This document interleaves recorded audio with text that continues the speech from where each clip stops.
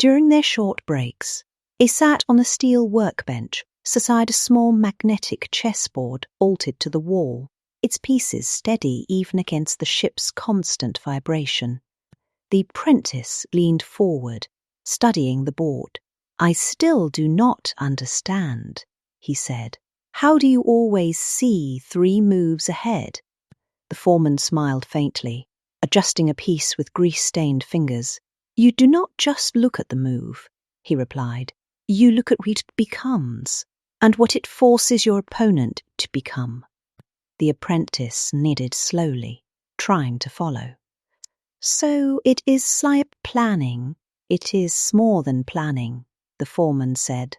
"It is positioning yourself where your future has fewer enemies." The apprentice stared at the board and at the endless maze of pipes around them.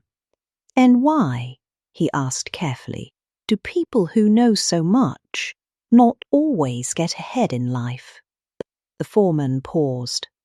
For a moment, even the sound of the engines seemed distant. He leaned back, eyes drifting somewhere far beyond the steel walls. "I have read many books," he said quietly. "Strategies, success, leadership, wealth.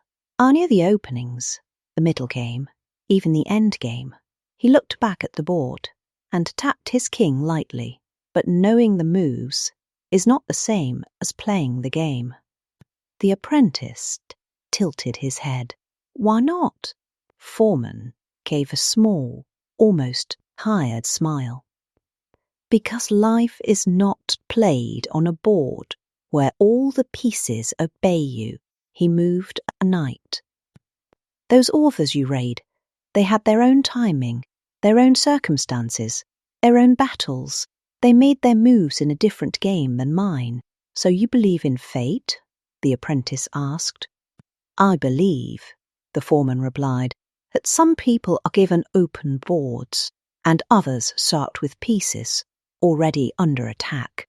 The apprentice was silent. The foreman continued. "I stayed here," he said, gesturing to the engine room. "Not because I did not know what to do, but because every time I tried to move forward, something pulled me back. Family, responsibility, survival." He chuckled softly.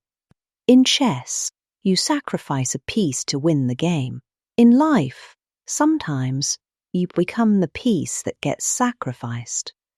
The apprentice looked at him, seeing not just a foreman, but a man who once stood at the edge of something greater. Then, slowly, the apprentice made a move, a simple one, a pawn forward. The foreman raised an eyebrow.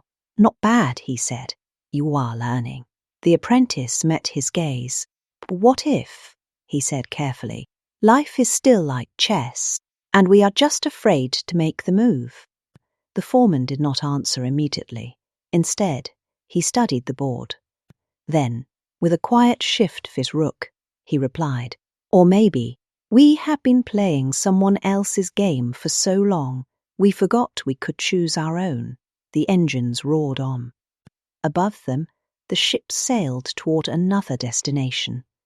Below, on a small magnetic board, in the trembling engine room, 2 players continued their game, one mastering the rules, and the other beginning to question them.